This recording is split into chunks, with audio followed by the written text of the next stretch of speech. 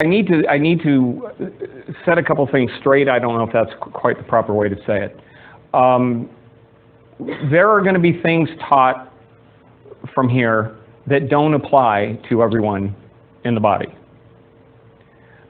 If you're already doing what I'm talking about, like dying to yourself and helping other people and doing those things, don't listen to me. You know, pray for the people who need to hear that. It's really easy to get under condemnation as opposed to conviction. Condemnation is when the enemy comes in and says things in your brain that, you know. Conviction is when, oh, I need to do something about that, as opposed to, what are you doing? I have a perfect example with me. I have two of them. I was at a men's retreat and they were talking about making disciples. The whole thing was about making disciples. And so all the talks were, are you making disciples? Do you have disciples? You're this and that. And I'm going, and all of a sudden, you idiot, you've got a church. You've got people in your church, and you're starting to develop it bigger. Of course I have disciples. But from what I was hearing, I'm not doing it well enough. The other one was the mission thing that we saw a couple Sundays ago. And there's the tribes. And the way it was presented, it's how they are presented. It's not got nothing to do with it was wrong. I'm not coming down on it. But the way they're presented is, you've got it all, we've got nothing, give it up and come help us. That was paraphrasing it, and I start feeling guilty. I start going, I could go be a missionary. And God goes, you got a church, you got people, stop doing it. So it's really easy, even for me, in my spirituality that I have, to get under these things that happen. So when you hear me teach on dying to ourselves and putting other people first and that kind of stuff, if we're already doing that, it's not directed at you. I know there's parts of what I talked about, like we can be more open towards people. We can have less emotion towards people. We can have them affect us less. We don't care about doctrine, denominational doctrine. I won't be very specific about that. I've said that before. Just loving people for who they are. So if we're doing that, don't get under this big old thing that, I've got to do more. Because the balance that I'm going to bring out here tonight is just the opposite of what I taught last week. So, anyway, it'll make sense. So, I just need to clarify that there will be times that I'm talking, I've said this about finances, talking about opening yourself up and letting things flow through you. And if you're already opened up and things are flowing through you, don't think you've got to do more. Or I'll be talking about taking care of ourselves, taking care of our family, keeping that money in our hands to do what God gave it to us to do. Well, if you're hoarding everything, you need to listen to the other sermon. You don't need to listen to that one. So I will try to present the balance in everything we do. It's just that there's going to be some weeks where I'm giving the one side and I haven't had a chance to give the other side yet. Anytime anyone has any questions, anything, ask. I'm here. Patty's here. I'm here. We can talk to you on the phone. Yes, ma'am. I just want to say that I had a big problem with the sermon. And it was because I didn't quite understand what was being said. And I was one of those people that shouldn't have listened to the sermon. And Patty spent an hour and a half getting the same sermon, very detailed. And I was so blessed this week by hearing Patty's sermon. Pastor Patty did better than I did, huh? But Joseph knew what was going on with me during the service. And thank God for Lisa, who, out of her love, just helped me so much. But I want to thank both of you, all three of you, for being here for me this week because of me taking the sermon to literal. Yeah. Help each other through it. That's what it's all about. There's a lot of good people in this body that can help each other. All right, we're going to go to Matthew 22. You should know this by heart. I've read it ever since we started. Oh, by the way, happy 1 month anniversary, everybody. This has been 1 month. I missed many. It's been 1 month since we started. So Matthew 22, 37 through 39.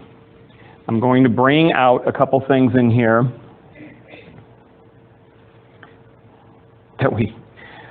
all right, what's the greatest commandment? You shall love the Lord your God with all your heart, with all your soul, and with all your mind, spirit, soul, and body. The second is like it. You shall love your neighbor as yourself. How do we love ourselves? The same way we love God. It is as it. It is like it. We love ourselves, spirit, soul, and body. Knowing who we are in God, which I keep bringing up as a foundation, lets us restore our spirit, our soul, and our body. We're a triune being just like God is, spirit, soul, and body. Okay, we won't get into Trinity at the moment. So what is being brought out here is that we take care of us.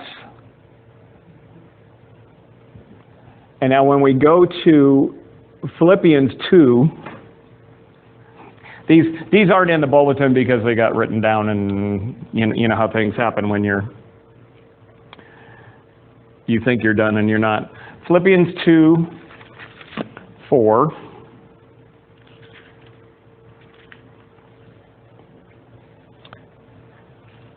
Philippians 2:4.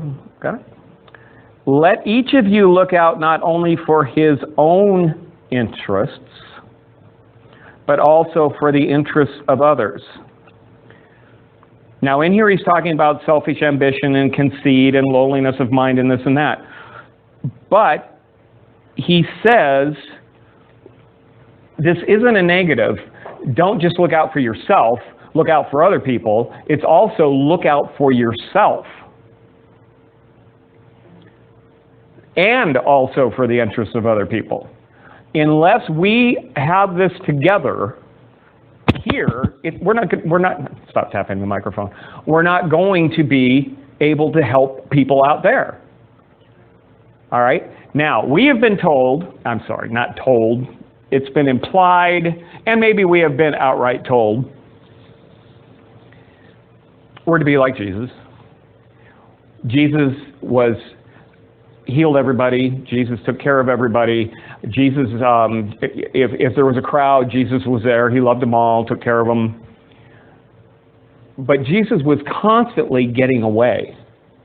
He was constantly going into the wilderness to be with his Father, to pray, to recharge himself, to get himself built back up so he could then go back and minister to these people. The other thing I really believe Jesus was doing, he says that he doesn't do anything but that which his Father tells him to do. So if that's the case, we need to look at a couple things here, like John 5:12. There are some things. There's a lot of things in the Bible where we overlook a little sentence out of the whole story. So when we go to John 5:12, what we are dealing with here is the pool of Bethesda. He healed. Does everybody know the story? So I won't read it. We're dealing with the pool of Bethesda with the sick man who he raises up, says, take your bed and walk. Now in 5:12, they come to him and they say, who is the man who said to you, take up your bed and walk? But the one who was healed did not know who it was, For Jesus had withdrawn, a multitude being in that place. He left. There are so many people here, if they find out that I'm the one that healed him, and that this isn't what he says, they'll throng me. They'll be all around me. I will not have any peace. He had to take care of himself, and he left. It's not the only place. Matthew 8. I'm trying to bring out the other part of this, of taking care of ourselves, that even Jesus took care of himself. Matthew 8:16.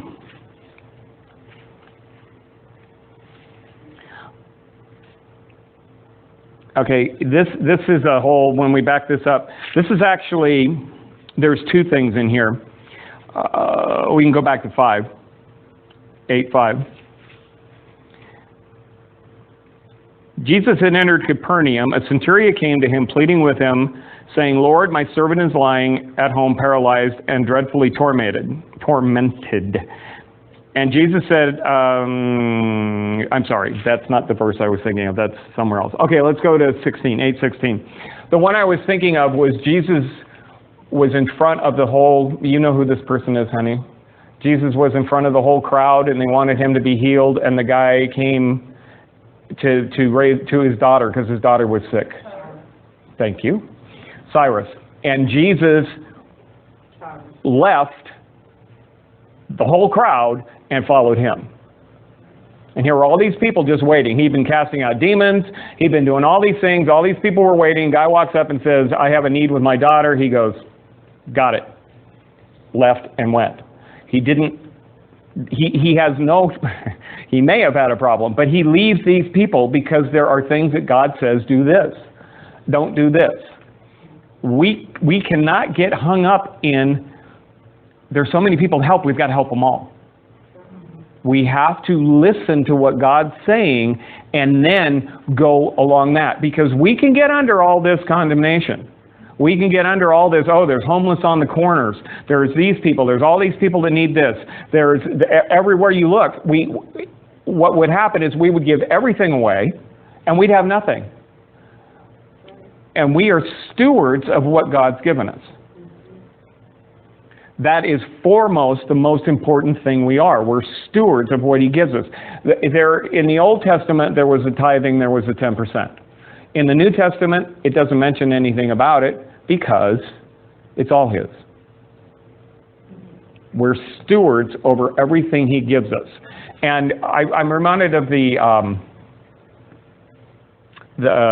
mites. You see how I get into these things with my brain and I can't remember exactly where they are. The widow's mite, but they take, one goes and invests it and makes more. One goes and thank you. There we go. But the one buries it, hides it, and it doesn't grow. Nothing happens with it. And he comes back and he says, "What have you done?" He'd rather she'd lost it than just hid it. So it's the same thing with what God gives us. We're to use what he gives us. We're to grow it. We're to make it flowing, as opposed to hiding it or hanging on to it and clutching to it. There is another rabbit trail that we just went down. Okay. You can comment at any time. You can interrupt me at any time. I have a question. Yes, ma'am. Everything that you're saying is almost Japanese to me. Why is it, with the 50 million churches I've been to, I have never, ever, you are to give every bit of your soul, every bit of your money. And if you're not, then you still feel guilty. Because what you were taught is what they wanted to have done. There is only one place, I said this last week or week before, there's only one place in the Bible where it says give it all up. And that was the rich man. Where he came to Jesus and he said, what do I have to do? And Jesus said, obey this law. Now, Jesus knew what this guy's problem was. He knew. God knows everything, so he knows. he comes to him and says, what do I need to do? He says, keep the commandments. I do that. Although it's impossible for people to keep all the commandments. No, he actually says, honor your father, your mother. He gives them a couple things to do. And he does that. He says, oh, I do that. And he says, well, then give away all your money and come and follow me.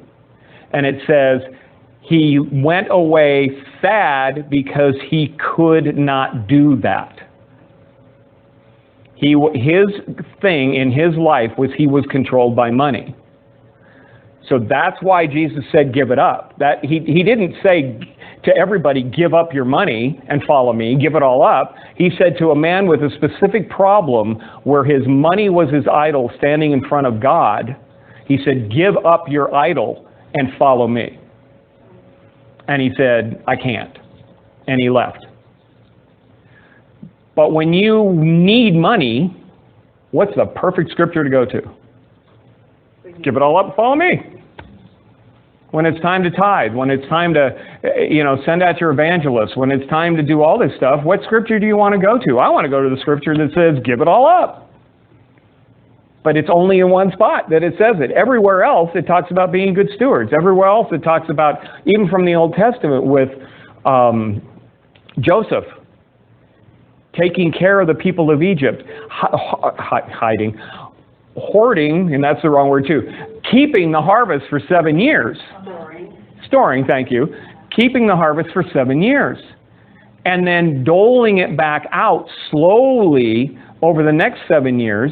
And by doing that, Joseph saved the known world. If that hadn't have happened, the world would have been, people came from everywhere to come get the food. John. When you asked that question, I was thinking, well, if God already owns everything, and especially if your heart is that everything that you own really belongs to Him, then giving it all up isn't really doing anything good for Him. He already owns it. That's what you believe. That's what I believe. That He already owns it all. Then you're supposed to do something with it. Right. Something positive, something for Him. But that doesn't mean you just fling it away, right. And maybe you accomplish something for a short time, but then you can't do what Joseph did, which is to accomplish something, over the long haul by being careful, having some wisdom. So yeah, and it talks. Yeah, and it talks about ants. It talks about ants putting away food for the winter. It talks about locusts doing this. The concept of the Bible is to be a good steward. The whole book is taking what God gives you and being a good steward over it. And like I said, the only place where it says that is with Nicodemus. It doesn't say give it all up anywhere else, unless he's talking about something that's going on in your heart that is standing between you and God, that you've made an idol between you and God. Then he says give it up. Dorothy? I was thinking of Peter, and James and John were talking to him, and they said to him, we've given up everything to follow you. And he said, those are blessed that do this, because they will have houses and land. But the disciples came to him, and it had to do with, we've given it all up to follow you. Right. And then he said they would have, in future, houses and land. Of course, they all died at some point. Right. But so it's like, I'll bring the tithes into the warehouse and then see if I won't pour out a blessing. Right. There is that is what I was saying, that the things that we're stewards over, it's not just money, but it's the flowing. It's getting things flowing. Don't dam it up and then it gets stagnant. But let things flow, let things move through us. And then as we move out, God fills up. And we move out and God fills up. It's a principle that should be in everything we do. It's a principle in churches. I've seen it happen in churches, and I hope to God it happens here, where it starts getting 150, 200 people, and I think that's way too big for people to be able to have one-on-one relationships and do things in a church. Go start one. Go. And I've seen them send 10, 15 people out, and 3 weeks later, there's 40 people came into the church, and the guy's going, go! Because you're flowing these things. You're not hanging on, and you're letting it go. This church tithes.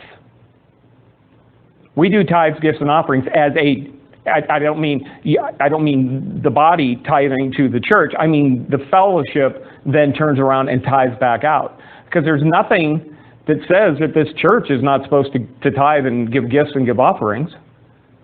It's the same thing. Keep it flowing out. Everything that we have, keep it flowing. Okay. All right. I think we were at Matthew 8:16.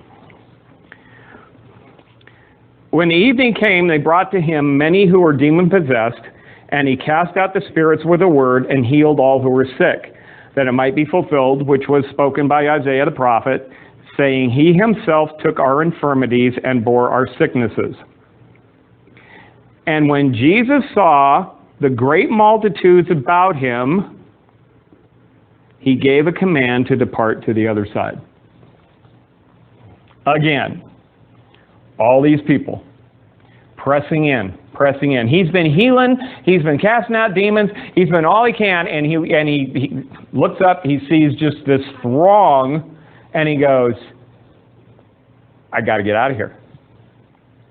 And he leaves, and he goes, and he recharges. It's very important for us to understand that even Jesus, even God, had to recharge because he was man, he was human. Now God, obviously, God doesn't need to recharge. But Jesus, as a human being, in our form, in our image, in going through everything that we go through, experience everything that we do, had to get away and rest. And that's what I'm saying. There's these little sentences in all of these scriptures, and you don't think anything of it. You just think, oh, he's got to go and rest. And when he fed, I might have that in here. When he fed the multitudes, he said, let me see if I've got it in here. Yes, I do. Okay, let's go to Matthew 13:36, and then I'll touch that when I get to it. Matthew 13:36.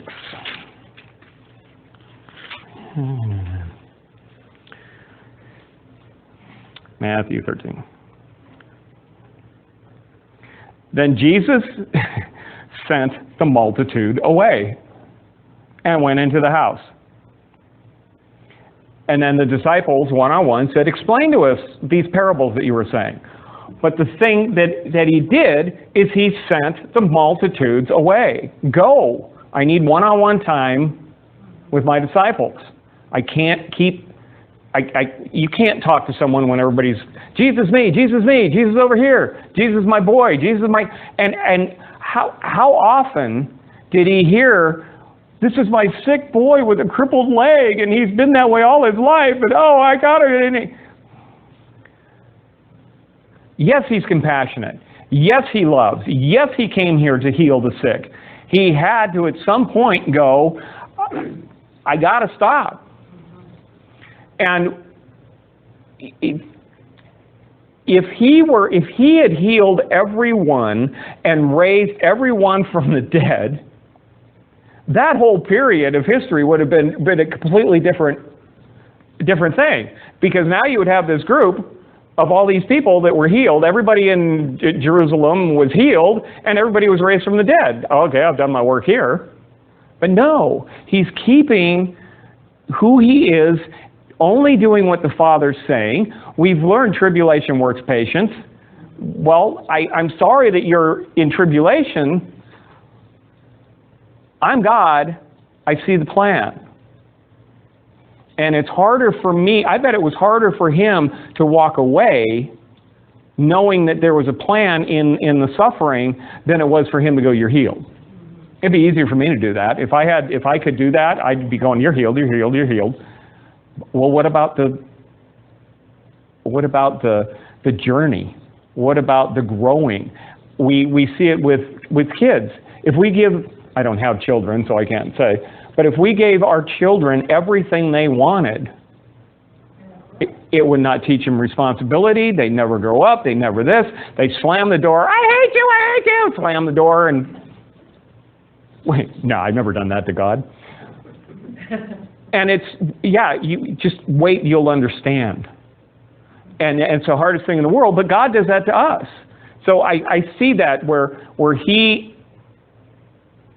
I see him as a compassionate, loving person, but I also see him as doing what God tells him to do. To go through this. I have an interesting thing. I said it to Patty the other day. If God came to me and said, I want you to go through this cancer. I want you to go through the chemo. I want you to go through the radiation. I want you to go through all of this because now you'll be able to relate to your brother and it's going to bring him back to me. Will you do it? Yes. In a second. And that shows me God's love dying on that cross, knowing what he was doing. I'm up here suffering and dying, all of this, but look what I'm doing it for.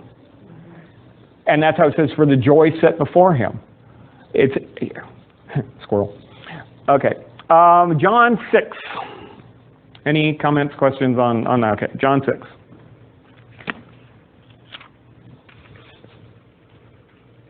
(26).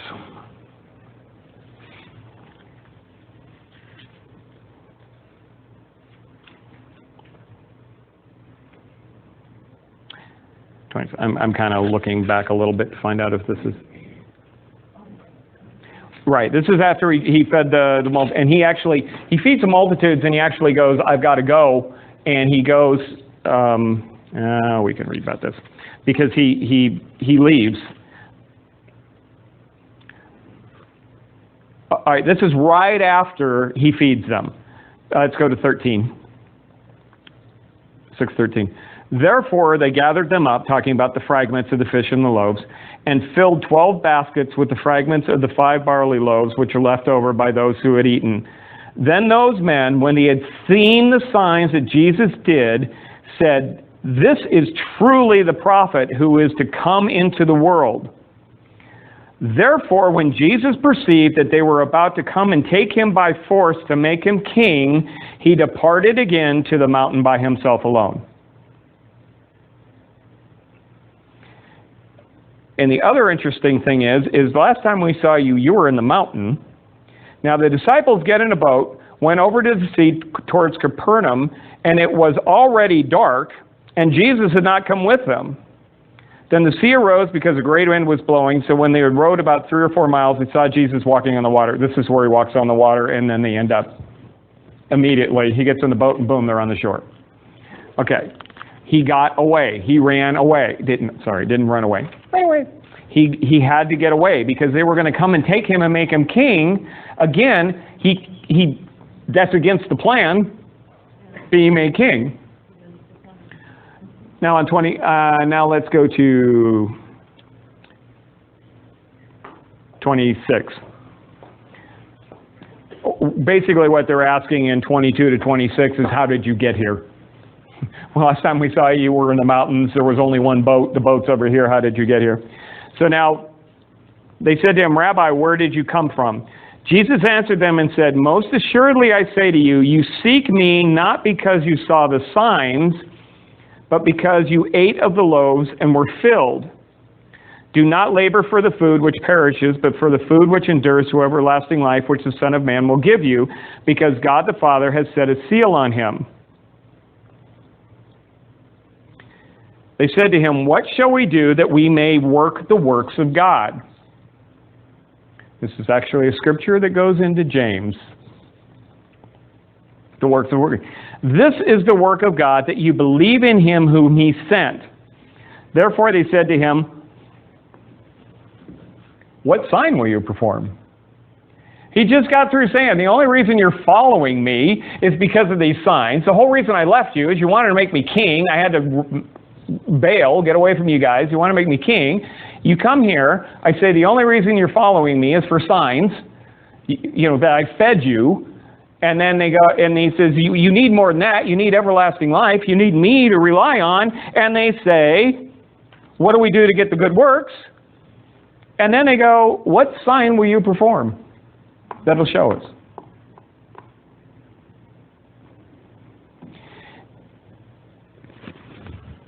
Now, I'm actually not going to go into James right now with that. The point I was trying to make in this, as I said, is the balance. We need to take care of ourselves. We need to fill ourselves. Then it flows outward. Now in James, he says, as I get into James, in James he says, I'll show you my faith by my works.